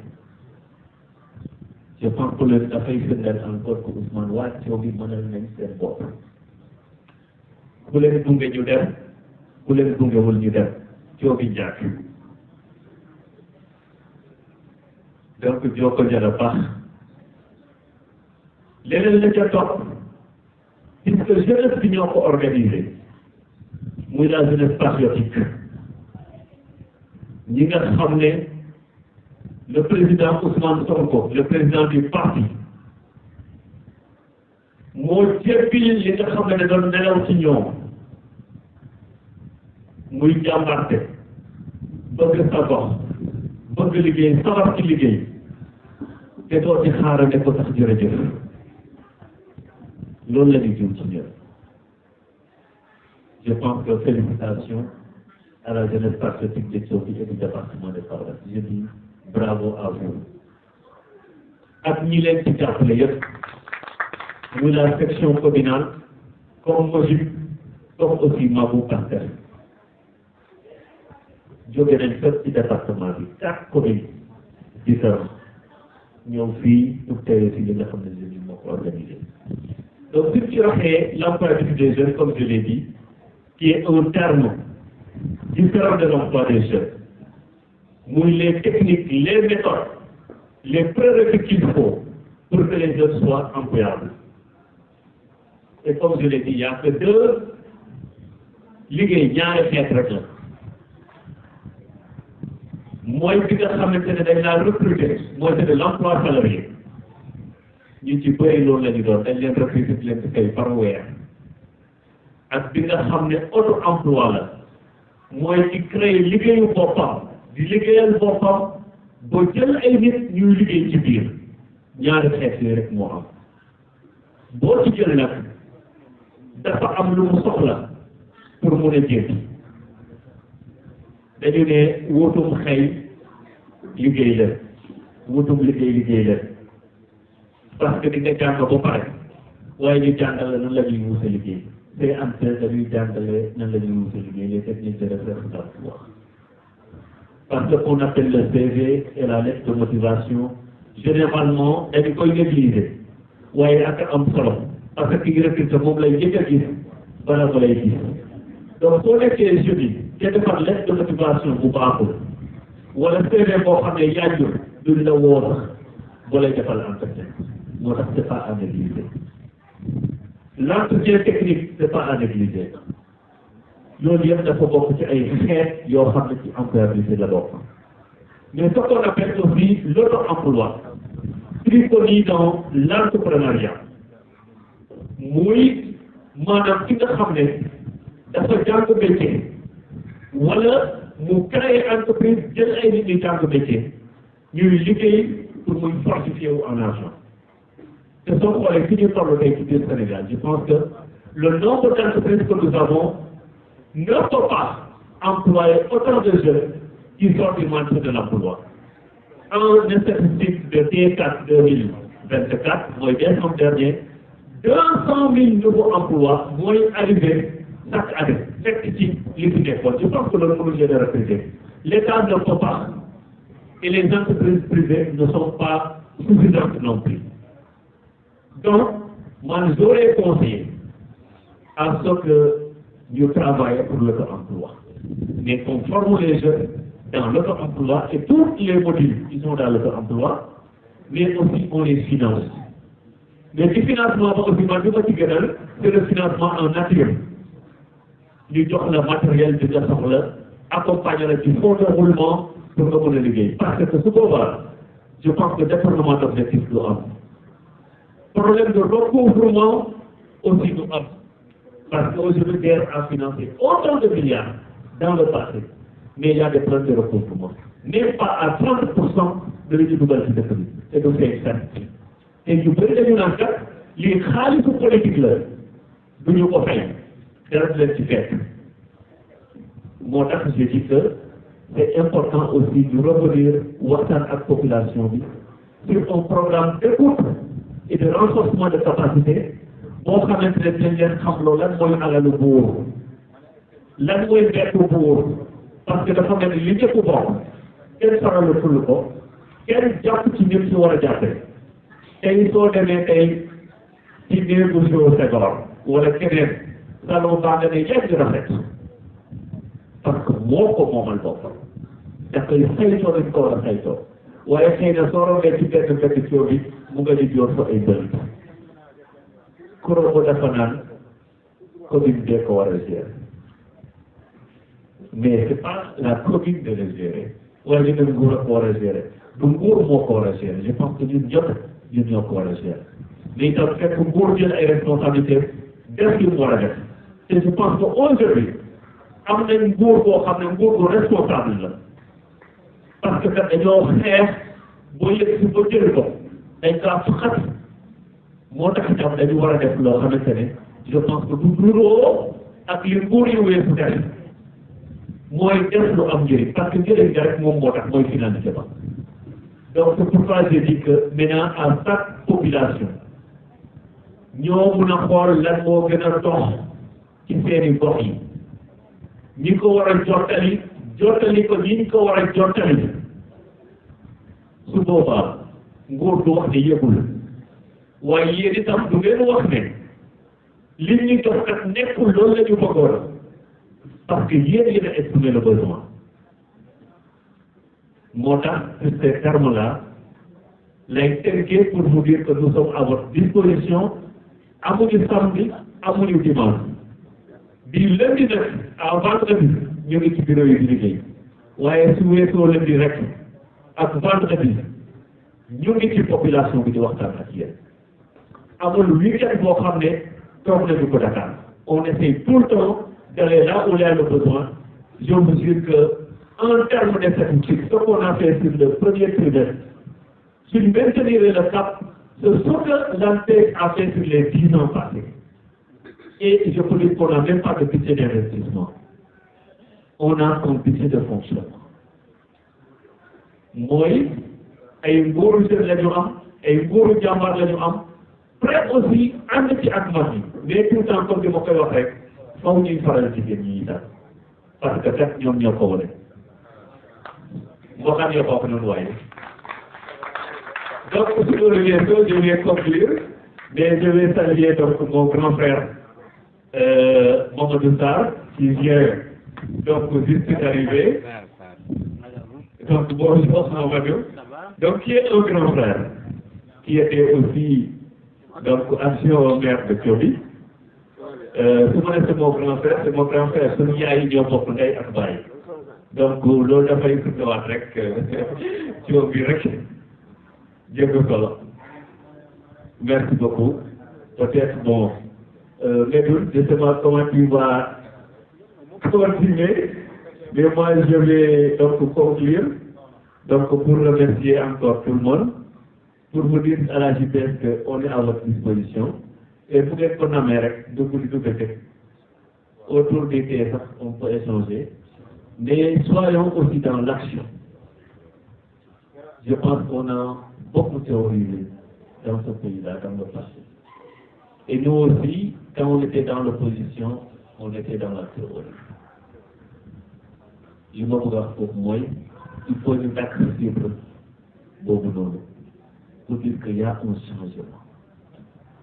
On doit être dans l'action, la production, pour que nous sentir njëriñ bi nga xamante ne ñun moom la ñu doon woote que mën nañ ko joxe mais nag waxuma rek ñu ñëw rek jiw booba te xaaral def soble kaani déedéet si je dis que il faut qu'on s'arrête à la théorie mooy allons dans l'action. Ce sont les renforcements de capacités parce qu'on en a toujours besoin, les formations, l'organisation des jeunes et des femmes. Il y a les coopératives qui ont été lancées par le ministre Aliou Diop. Il faut qu'on arrête de me poser des questions sur les coopératives. Quel poser au bâtiment de prévoir? Ouais, hors d'ici, on peut en parler. Et ça doit être dans toutes les communes du Sénégal. Donc, allez dans les formations, vous les toquez. Allez, Diop, c'est quelqu'un d'ouvert. Je l'ai rendez-vous avec mon gars, c'est des affaires de mais je pense que mon processus normal, parce que ce débat au niveau départemental, il y a des représentants, il y aura des représentants au niveau de cette commune. De la même façon que ça a été fait avec les lampadaires, de la même façon que ça va se faire avec aussi les coopératives, des jeunes et des femmes. Ousmane nañ ko jël li nga xam ne ñun ñoo ko moom pour man nañ ko jëlee bu ñu toog xaar parce que ñu dëkk dafa sori suñu toogee xaar dinañu xëyëg te dañoo mos ci jooy kër ñun ñi dëkk ci àll bi juddoo ci àll bi ñu meññee ñu ci àll bi boole wuñu ci suñu ñëwee ba bokk ci nguur boo xam ne waa àll bi moo ci ëpp je pense que ñun waa àll bi dama nangu loolu parce que loolu la ñu doon woowee suñu toogee xoolee itam du yëg ci ñun donc c'est à nous d'aller l'arracher et le ramener à qui de droit. Je pense qu'on a ce devoir. Donc c'est ces termes-là que je vais terminer pour vous dire que moi je serai tout le temps à votre disposition. Merci. Parce que am na ñoo xam ne dañuy xeex dara ba mu sotti ñu xaw a bàyyi gëpp mais boo xeexee mbir ba mu sotti nga bàyyi gëpp ñeneen ñoo ñëw jël defe naa ne loolu moom bokk ci am fulla ak fayda. man tey jii je suis le représentant des législatives politiques du département de Kaolack j'ai fait 7 mois en donc man du ma toog di xool beneen jeune wala keneen jóge fu ne di ñëw fii nii li nga xamante ne ñoo ko war a jiital ñu koy foqati non non bu waxee sànq lu wax lu am solo daf ne état lañ yore donc ANPEJ tey nekkul fi passé ANPEJ fi nekkal tous les Sénégalais mais nag ñun ñi nga xamante ne dañoo bokk passé te ñi nga xam ne ñoo nekk ci état bi tey ñu teg leen lépp luy ñëw ñu dañoo war a taxaw au devant de la scène mais aussi politique bi yemul si ñun kese parce que bu fekkoon ne avec seulement avec le ministère de passé ne sera jamais au pouvoir y a une masse silencieuse ñi nga xamante ne moo toogoon ñi nga xamante ne ñooy dem vote ci y a des jeunes yoo xamante ne dañuy bëgg a participer ci yenn activités yi alors qu'ils sont apolitiques. Ces jeunes-là, il faut aller les tester. Donc, si j'ai des conseils à donner à la jeunesse, moi, il faut que ñu dem war ñeneen ñi que ni affaire bi du affaire de Pastef mais affaire de Sénégal mbir bi mbiru Sénégal parce que tey jii bu Sénégal réussir bu Sénégal développé du Pastef kese la développé du Pastef kese moo fi gis seen bopp mais sax lay nekk nag mu leer na ni yow yaa bokk ci ñi nga xamante ni yaay moteur bi nga xamante ni yaa ko defal moom sotti loolu sax la boo xam ne moom yàlla dimbali nañu si dañ koy sant yàlla bu baax a baax a baax beneen bi bu royee loolu wax sax mooy affaire coopérative yi defe naa ne mooy li may wax sax jigéen ñi dafa mel ni ñoom si lépp la ñuy waaj jiitu daal coopérative boo xoolee département sa kaw la daanaka jigéen ñi ñoom ñoo jiitu daal ñoom daal daanaka lépp yemb na seen côté léegi nag ñu tamit jeunes yi il faut que aussi ñuy dem di seet yenn information yi mais du waaye aussi benn affaire bu naa ngeen jàppale ñu si bu baax a baax mooy la communication parce que tey y a beaucoup de jeunes yoo xamante ne ils veulent entreprendre ils veulent connaître les réalités de l'employabilité mais xamuñ ban buntu la ñuy fëkk dañ si dem gis ay responsables yoo xamante ne boo leen laajoon tey jii nii ANPEJ yan opportunité la mën a maye duñ ko xam donc je pense que l'ANPEJ aussi comme les autres structures moo xam muy 3FPT bi nga xamante ne man j'ai eu à faire une formation là-bas parce que j'ai eu une certification en développement web et mobile grâce à 3FPT waaw mais nit ñi information yi nga xamante ne dañuy soxla dëkk duñ ko am léegi daal dina baax lool ngeen ci mën a gën a jàpp ndaw yi bu ci nekk fu nga mënti toll ak dëkk boo mënti nekk lu mu sori sori bu mën di am information yi nga xamante ne moom mooy tax nga mën a xam ANPEJ lan mooy njëriñam ak lan laa ko mën a jëlee loolu defe naa ne bu fekkente ne jeunes yu nekk am nañ ko rek affaire dina sotti ndax man je suis pas d'accord quand j'entends certaines choses certains gens disent que les jeunes ne veulent rien faire loolu boo ko waxee boo demee ci fekk autoroute à péage da ngay xam ne loolu du dëkk ndax da ngay gis jeune bu topp oto yor marchandise boo xamante ne sax valeur bi la ko 3000 francs bu topp oto di ko tàqe bu jaay jëbu 100 francs kooku bëgg na lan kooku amul lu gën loolu la ko jël suñu yaay yi dañ leen di gis 4 heures du matin nga xëy gis leen ci kaw tali bi ñu taxaw gàddu seen paan seen marché li ñu jaay ci li ñuy dugal ci war ko ci biir kër pour ñun ñu mën ci dugg. Asalaamaaleykum mbooloo mi kàddu bi sax mënoon na ñàkk ndax comme Matar bi mu ko waxee la teew naa fii ndax envoyé na ma invitation bi te sama rakk la sa rakk aussi buy ñëw ci dëkkam di fay def lu baax amoo pexe dañ la tënk pour nga teew fekke dama xaw a tardé rek looloo tax ma ñëw heure bi di ci excuse wu ci kanamam di gërëm aussi les coordonnateurs le coordonnateur du PASTEF ak ñi nga xam ne ñoom ñoo doon liggéey ak moom liggéey ak ñun aussi dans la coalition Diomaye président ñu dellu si waat jàppale leen ci liste PASTEF bi li nga xam ne moom laa bëgg a wax rek te naa koo tënk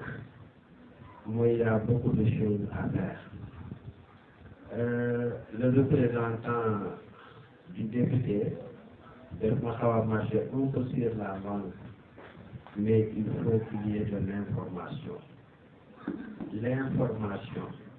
la première carence c'est l'information la deuxième carence que nous avons c'est l'information la troisième carence que nous avons c'est l'information ce qui nous handicape c'est l'information ce qui nous empêche de s'épanouir c'est l'information il faut que les gens soient informés amul information nous sommes dans une zone rurale ça veut tout dire la zone rurale dafa nekk une population boo xam ne dafa xaw a doylu ci doylu bi nga xam ne moom la doylu bu lay liggéeyal di la jàppale ba à un certain moment boo ko gëstuwul aussi waxoo ak moom informé woo ko xamul lu ci ne dafay dem ba sentir ne moom bokkatul ñàkk a bokkatul boobu la muy indi ci moom mooy dafa daal di téye loxoom ne seeni mbiru bopp la ñuy def donc li nga xam ne moom laay yóbbante sama rakk li nga xam ne am na occasion am na possibilité jege leen na leen wax ne nañ xoolaat gëstuwaat xool qu'est-ce que la zone rurale en tout cas les gens se sont battus man xam naa leen mais l'information manque boo woote woon employabilité de la jeunesse tey fii waroon na mun a fees mais les gens ont tendance à dire que kañ la ñuy yëg si ci ñun wala du ñuy yëg si ci ñun loolu nag c'est un combat que vous devez porter dama fi teew ndax looloo tax ma teew fii gis nga ko information bi foofu laa ko jëlee ci moom moo ma teewloo fii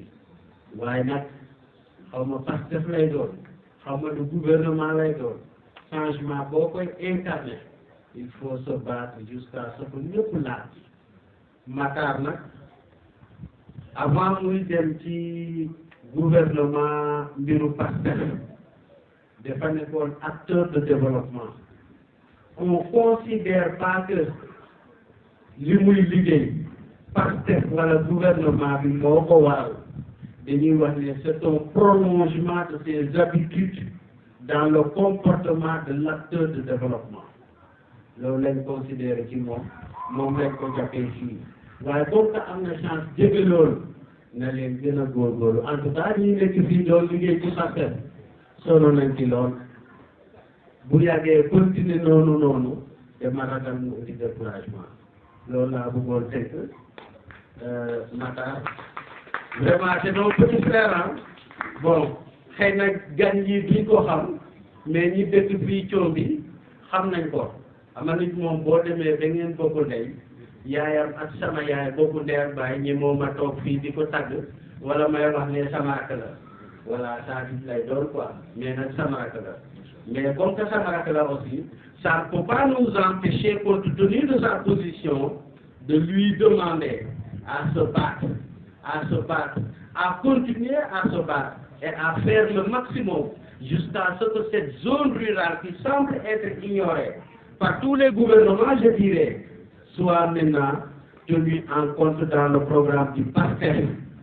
vraiment en valorisant les acteurs de la zone rurale. Loolu laa bëggoon wax rek ngeen baal ma àq c'est une prise de parole à l'improviste mënuma ko woon ñàkk a def parce que dañ ma jox micro bi rek maa ngi gërëm aussi ñi nga xam ne ñoom ñoo fi nekkoon PASTEF ak coalition bi di liggéey vraiment pour que projet bi ñi nga xam ne ñoo ko ŋànk ci réew mi mun a liggéey pour l'intérêt du pays donc loolu laa bëggoon wax merci beaucoup. xam naa war na ma ay 6 mois wala chef de village bu Mbelom bi moom fa mu nekk ca Casamance di fa liggéeyee dafa gis ne foofa information coopérative yi dafa doxoon lool ba mu déggee ko fa ñëw fii déggul kenn di ko fi wax moom mu décidé ne day defar coopérative am bu amee 40 personnes ñu defaral ko coopérative am coopérative boobu nag mu doon nas coopérative communale la waroon a doon bi mu ci liggéeyee ci Mbelum gi aussi wax na ko ci seen groupe départemental bi ba loolu amee itam fii au niveau de la commune de Thiomby am na chef de village yu Kër Mari defe naa moom daal moo ci réagiroon carrément ba finalement sax ci coopérative Mbelum gi la ñëw adhéré ndax def na sensibilisation foofu mais nombre ba la amul donc il a finalement adhéré à la coopérative de Mbelum gi bi nga xam ne ça aspire à être une coopérative communale léegi bi loolu amee aussi waa Gambul amoon idée ñoom itam def coopérative ci lu ñu yëgantewut ak chef de village boobu parce que c'est le coordonnateur de PASTEF Gambul moom moo émettroon idée boobu renforcé par une autorité bu ko joxoon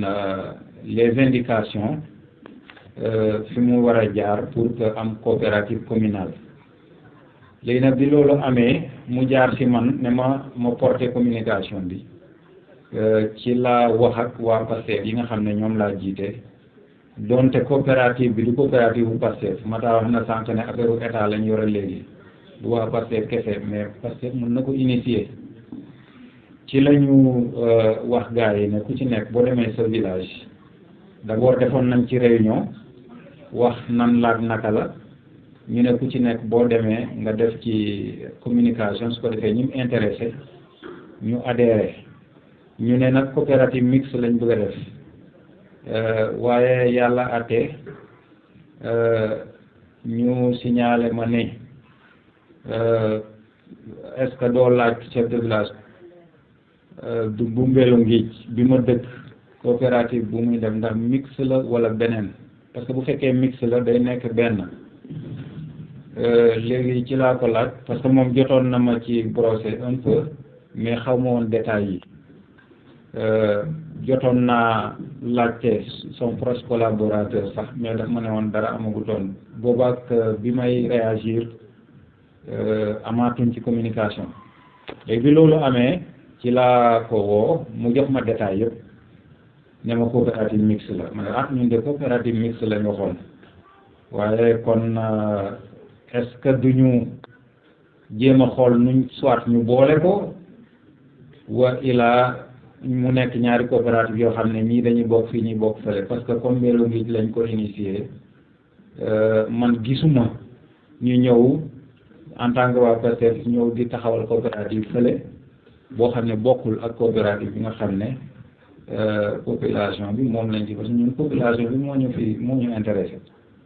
donc su ñuy def coopérative ce sera les mêmes personnes dañuy ñëw ne leen ñun dañoo bëgg a def benn deuxième coopérative comme ça ñi adhéré fi ñu adhéré fële parce que y a pas de rivalité loolu mënu am léegi loolu amee bon ñu waxtaan finalement ñu ne daal bon nañ continuer ku nekk def ay démarches dans la commune en tout cas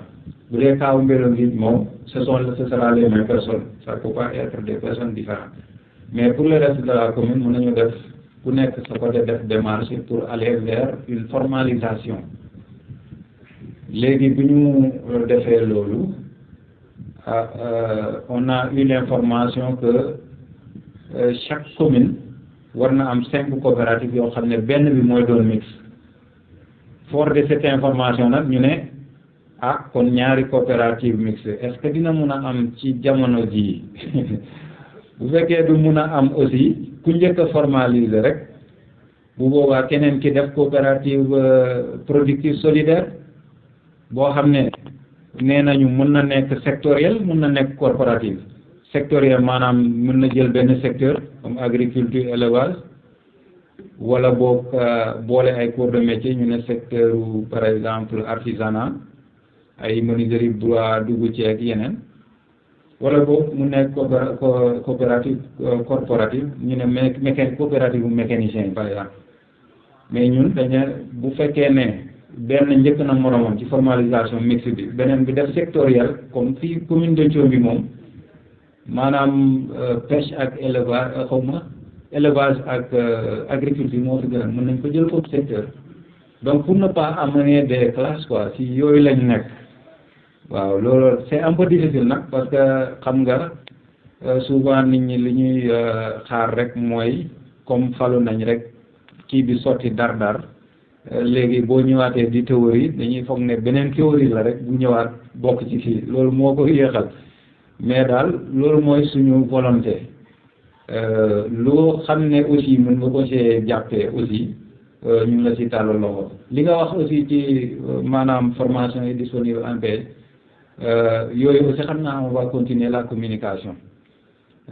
su ko defee ñu jéem a xool naka la ñuy organiser pour bénéficier de ça quant à formation bi entrepreneuriat wax nga ko fi léegi defe naa ku ne amul fibre boobu comme ni nga ko waxee amoon nañ fi 25 jeunes yoo xam ne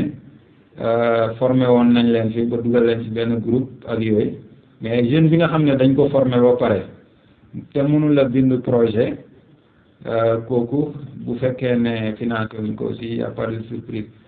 parce que jeune bi ñu formé ba pare à l'entrepreneuriat il doit savoir écrire son projet pour convaincre su fekkee ne mënu ko bon peut-être que day soxla renforcement wala ñu seetal ko boobu benn formation technique comme ni nga ko waxee waaw loolu daal grosso modo laa bëggoon a yokk ci kii bi di remercier nag waa Thiomby yëpp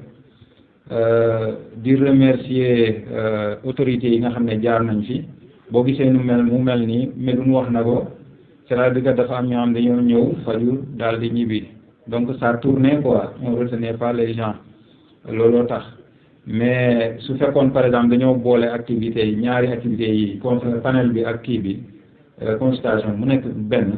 peut-être que fii nii dina bëri nit lool voilà donc di remercier le parrain monsieur Matar Ndaw muy koo xam ne yàgg naa yëngu ci yi maanaam le fait de revenir à la source et d'amener ce qu'il a pu collecter à l'extérieur je crois que c'est une bonne chose te du tey la ko commencé yàgg na ko def nee nañ def na fi formation Thiomby ba ñi commencé am de ñaar dërëm à 3 millions mais formation boobu aussi def na ko feneen fu dul Thiomby village de Thiomby mais ci biir commune de Thiomby parce que may na ma ko fii en 2023 à Mbello Ngidj bon malheureusement fibre yi du ñu benn la fibre entrepreneuriale là des fois nga gis ñoo xam ne duñu ko am mën nga leen a former ba pare mais pour ñu régénérer beneen xaalis problème lay doon donc en tout cas ñu lay encouragé ci action yooyu di la ci jàppale aussi di remercier aussi sa collaborateur monsieur Mamadou Ndaw nga xam ne moo doon piloté loolu di remercier Cheikh Diouf le représentant de honorable boo demee waxal ñu honorable ne ko kontaan nañ ci délégation bi ñu fi envoyé wane na ne yëg nañu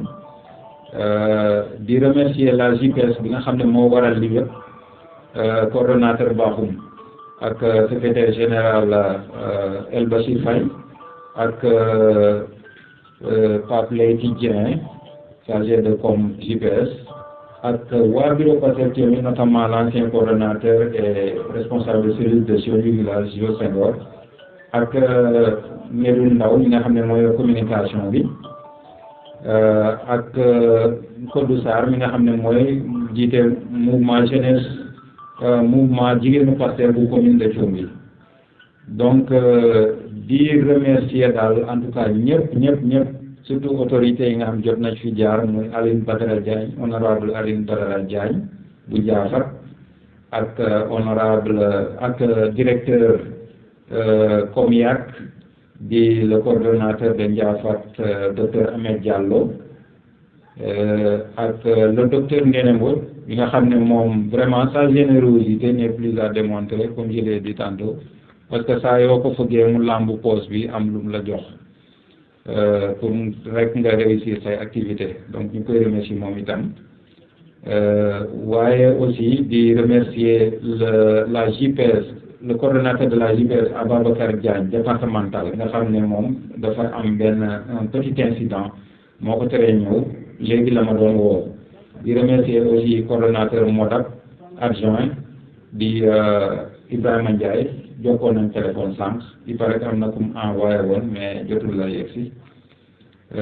donc di nuyu aussi suñu coordonnateur départemental parce que activité bi waxoon nañ ko contretemps yi xëy na moo tax ñëwul donc daal ñu ngi kontaan ci ñëpp di ñaanal ñëpp jàmm di ñaanal suñu président de la république ak suñu premier ministre ñu réussir mission bi parce que buñ ko réussiree ñun duñu sëgg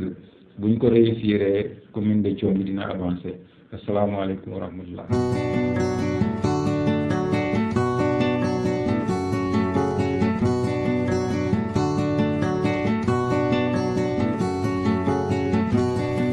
Bonjour, comment ça va et comment va la santé?